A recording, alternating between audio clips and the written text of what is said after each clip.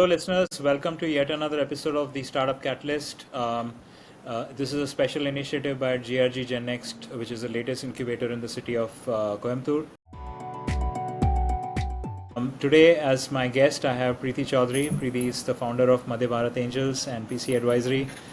She has got amazing experience in the startup world, both as an entrepreneur and a mentor. I'll let Preeti complete her introduction. Welcome, Preeti.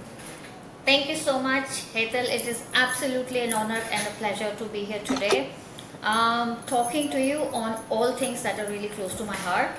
First things first, yes, my name is Preeti Chaudhary and I belong to a tier 2 town of Jabalpur in Madhya Pradesh in the center of India.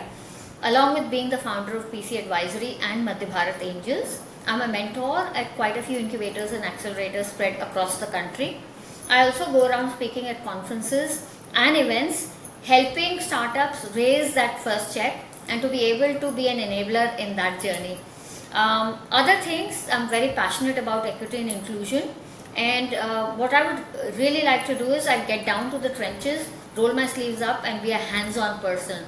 So thank you very much once again, and I'm absolutely looking forward to this conversation today. Back to you, Hitesh. Fantastic. That's really nice to know. So the first thing, of course, as a mentor, what you could contribute is to highlight what are the trends in the market that you observe. What's the startup ecosystem looking like according to you? What are the recent trends like? If you could shed some light on that. Absolutely. So thank you so much for that question, Hetal. And if you ask me, as somebody who's lived across the country and then 3 other countries across the world, and then having come back to sort of be able to do things that I'm really passionate about, in my experience, I've seen a clear-cut divide between the India and the Bharat, if you will. You yourself are from a tier 2 city, Bhopal, and Bhopal is, the same state of Madhya Pradesh as me, Jabalpur. We know that, there are the first 1 to 20 cities that can be categorized as India, and then the later ones, tier 2 to 5, which are the Bharat. So for me, in my experience, there's a clear-cut divide. The sectors and the places where people work in the top 20 cities are defined by technology, by deep tech, now by semiconductor coming up, defense tech, and so on and so forth. But in the hinterlands of the country, I think founders are still working on the basic sort of solutions to their problems. So they surely are not, same in line with what the others are doing elsewhere in India, but what they are actually doing is solving a very local problem, and they seem to be in very different sort of domains and sectors. Social impact is clearly one of the major sectors that is sort of in a boom in this part of Bharat. So are sort of marketplaces and collaborators and aggregators. Again, primarily India is mostly agrarian in nature, so agri-tech is something else which is really booming in these parts. So those are my observations from these many years in the ecosystem. Hetal, back to you. That's very interesting, and you shed some light on some sectors like agri-tech, which definitely need a lot of mentoring because the industry fairly diverse. Every part of the country has different opportunities and problems as far as agri-tech is concerned. What's been your journey into mentorship like? If you could just cite some examples, the kind of startup that you work with, so and so. Sure.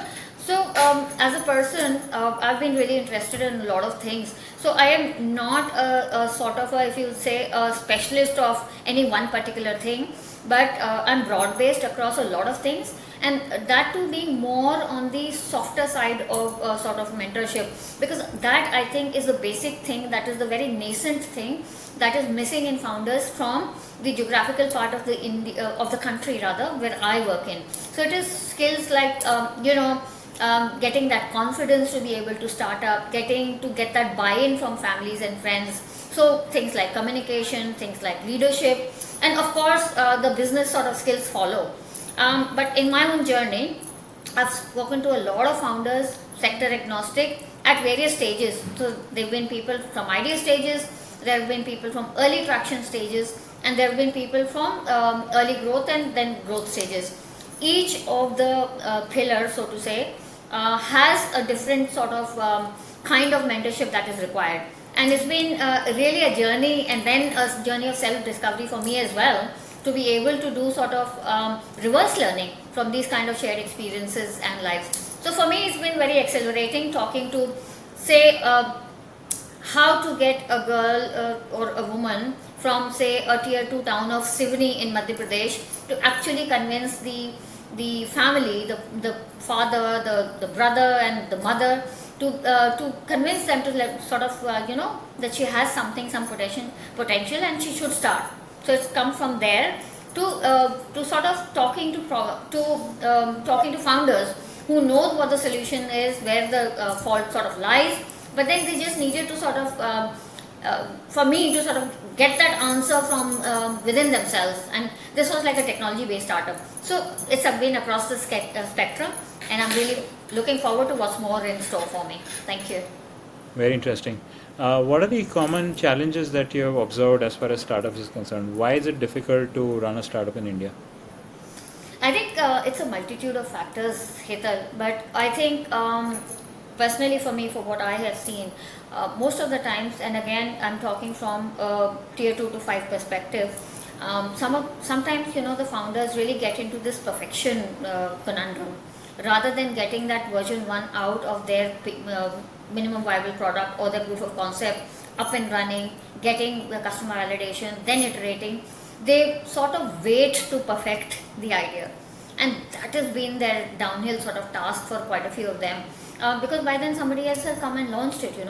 And then the second big thing that I see happening here, and this is true for anyone across the board really, it's more about execution, and again it is the speed of the execution. What happens is they're so overthinking solutions, they're so sort of deeply engrossed into sitting on that fence and deciding for themselves whether it's time now or yesterday, today, tomorrow, that they fail to sort of execute. So these two things, I think, if sort of looked at right from the beginning, I think it's going to be a different scenario for a lot of startups out there. Back to you, Hetal. That's wonderful. It's very important for the startups to learn from you. What are a few silver bullets or key points that startups should account for when they're starting up? Sure.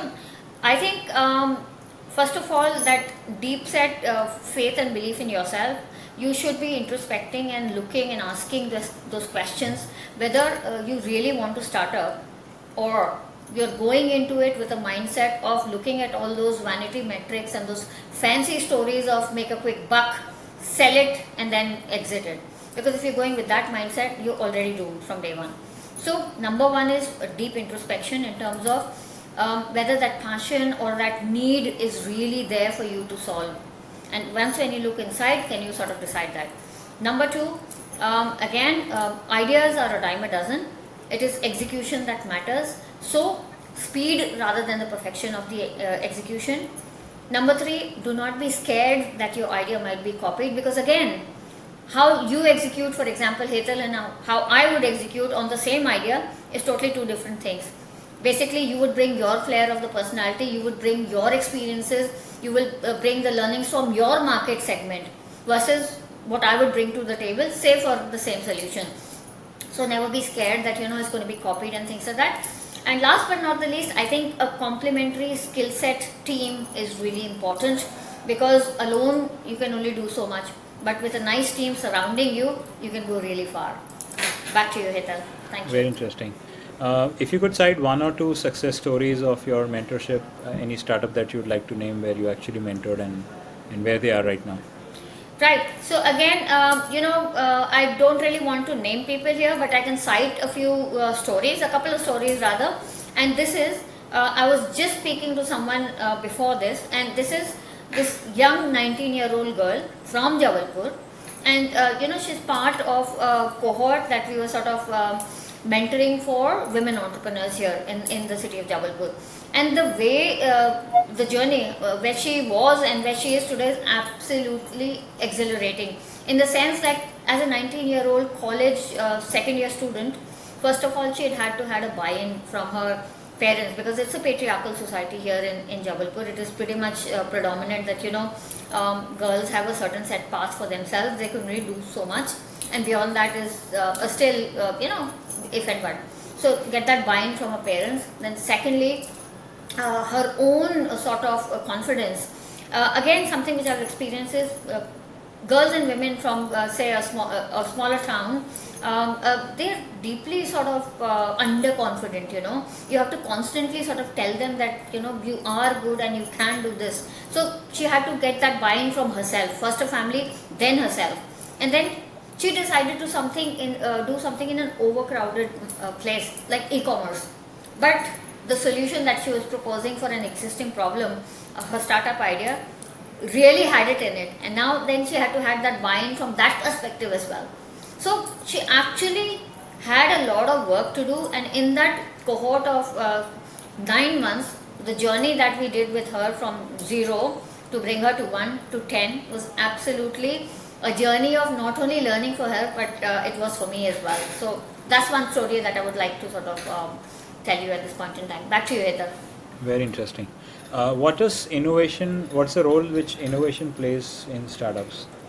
I think again, innovation or navachar as we call it in Hindi is absolutely important, because there could be solutions, the same solutions for a same set of problems, but it's when you see the gaps where you can actually bring in your own unique perspective and where you can bring in your innovation, that is the difference between a success and a failure. So it's absolutely important that you bring something new, you bring something groundbreaking, and it necessarily does not have to be earth shattering, but still a notch above from what already exists in the market. So for that you have to innovate, and I think it's absolutely important. You cannot have cut, copy, paste solutions for n number of problems or and stuff. So extremely important, I would say. Back to you. Any examples that you can cite where networking and partnerships with other startups or other entities has actually benefited a startup that you mentored? Thank you so much, Hetal. I think personally for me as well, networking and collaboration are the two mainstays, the two keys of anybody's personal and professional development. Now, being in the startup world is the next level of that. First of all, for our own sort of all well-rounded sort of knowledge and getting to know people and things, absolutely important that we put ourselves out there. We meet people, diverse people from diverse backgrounds, so that we can learn and share each other's experiences and then grow from there. So for a startup per se, I think it's extremely important to network, and network not with the same kind of people, but your network really adds value to you when you have people from diverse backgrounds.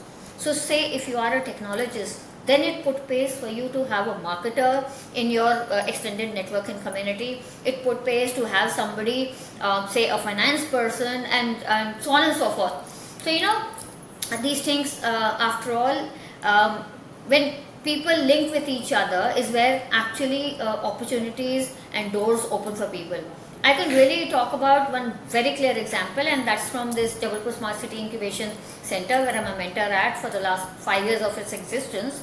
We have a beautiful collaborative sort of an environment here. So when the cohorts come in, they come in for 9 months, and then what happens is during their incubation journey here at the incubation center, there is also this thing about where they not only sort of talk to each other, but they actually collaborate and bring their own services and platforms to each other.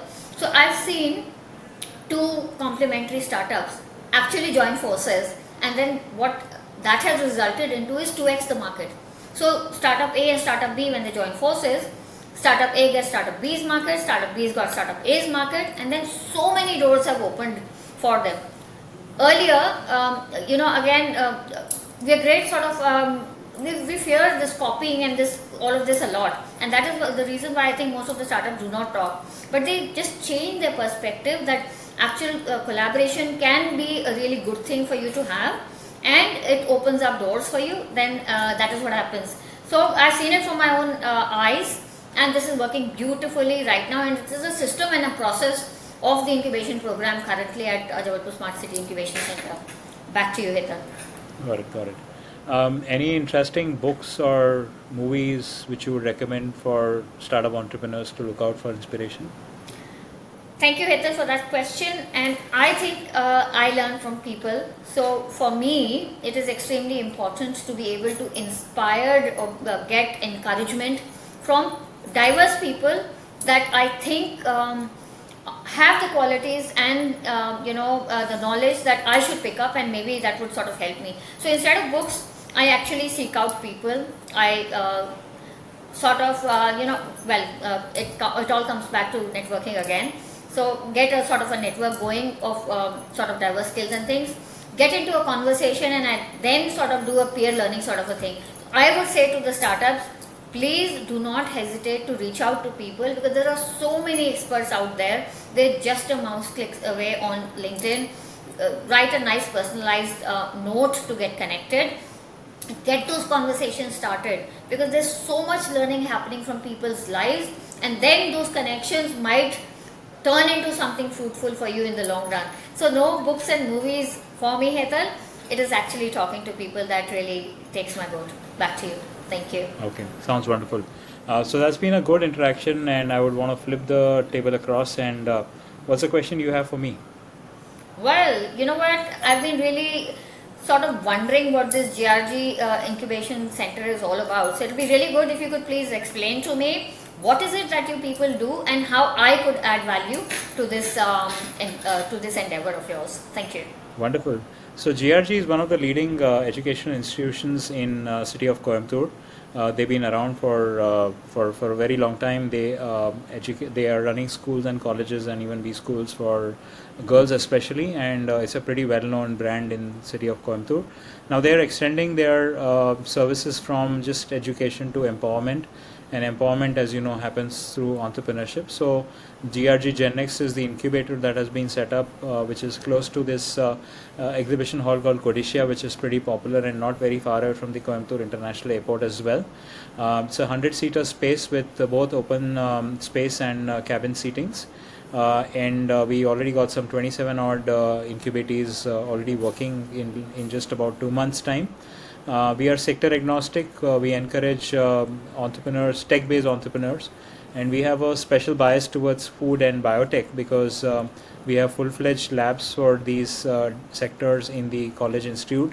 So the incubators can get preferred access to these labs as well. And since it's a women institute, we obviously encourage women entrepreneurs to come up front and participate, be a part of the incubator. And for mentors like you, the whole idea is that we want to open up the opportunity for these startups to interact with mentors like you, understand where your skill sets lie, and based on the requirement and what kind of expertise that you have, you could have a connection between the two of you. You can converse and set up a virtual call, or if you're coming down to Coimbatore, you can meet the startups as well and build up a interaction. So that's the broad idea. Yeah. Interesting. Coimbatore has really been the hotbed of technology and is the next up and coming incubation hub at Tamil Nadu. I'm really excited to see this endeavor come up, and I'm actually looking forward to being able to add value to the cohort as and when they come up. Thank you so much for having me today on this podcast, Hetal. Thanks a lot, Preeti. Thanks a lot, Preeti. It was a pleasure talking to you, and look forward to lots of multiple interactions between these startups and mentors like you. Thank you. Likewise, thank you so much. Jai Hind, Romanandri. Thank you. Bye.